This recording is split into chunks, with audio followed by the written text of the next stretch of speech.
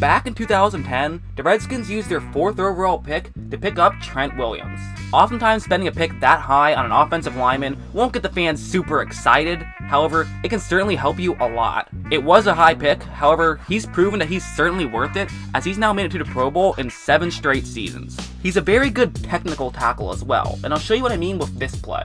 He has a one-on-one matchup with a New Orleans edge rusher, so it's very important for him to make this block. If you've watched any of my videos about offensive or defensive linemen, I'm sure at some point I mentioned how important hand placement really is. Ideally for a tackle, you want to put your left hand on your opponent's right bicep, which will then naturally move up and get to the shoulder pad, and then you want to put your right hand on that opponent's left pec. Trent Williams has some of the best hands in the league. He seemingly always has just about perfect hand placement, and he does exactly that on this play, and as you see, there's nothing you can do at this point if you're the Saints edge rusher. You're going to have to use so much more effort to get around Trent Williams than he's going to have to because of his positioning. I mean, just look at it. The edge rusher is almost at a 45-degree angle with the ground. Meanwhile, Trent Williams is basically standing just straight up. And also because of the hand placement, if you try to run around him, he can easily just throw you away. On that part of the field, the play is now basically just over. It all of a sudden became 10-on-10 football because of Trent Williams' good blocking ability. Let's take a look at another play by him. And as you see, his opposing edge rusher really has 2 options. He could just try to overpower Williams by running straight at him and trying to get to Alex Smith,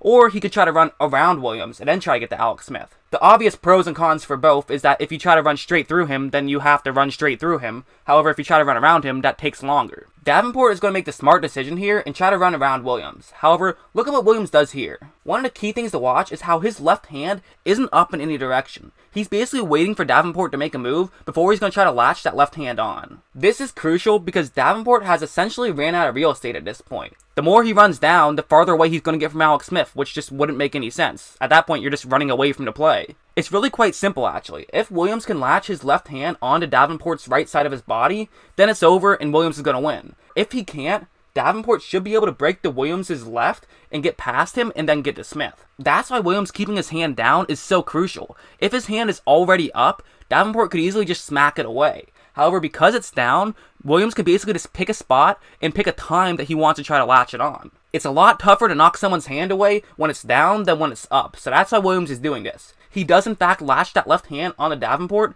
and now there's nothing Davenport can do. Williams is able to just take Davenport to the ground, and it once again becomes 10-on-10. While that play still didn't work out, that really is the only way you can try to beat Trent Williams because he's so strong. Because of Trent Williams' hand placement and strength, you really can't try to run through him, you have to try to run around him. So Davenport did have the right idea, even though it didn't work out. Taco Charlton is going to be running to the outside on a play like this. However, Williams is ready for that. Now as you see, they're very far over to the right side of the screen. There's a huge gap in between that left tackle and left guard that a running back could run through, and Washington has a lead blocker. Williams is the kind of offensive lineman that demands respect, and because of the respect given on that play, it led to an easy big run. That wasn't really a great play by anybody actually. It was just a good play call, and it was a good play call set up by Williams' great abilities. Now, there is one other way you could try to attempt to beat Trent Williams. Take a look at Gregory on this play. As I said, the 2 most common ways to try to get past the tackle would be the ones you just saw where you try to get around him, or you run straight through him.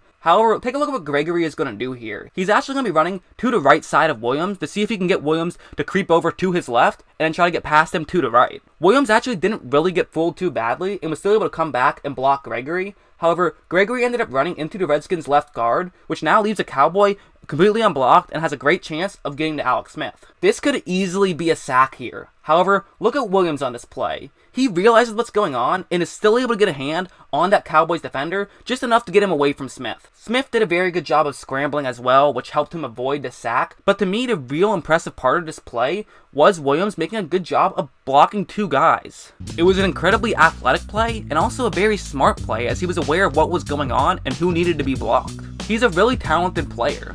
Right now, Washington is currently shopping around to see if they can get a quarterback. However, if I'm a quarterback who wants to be protected, Washington certainly seems like a pretty optimal opportunity.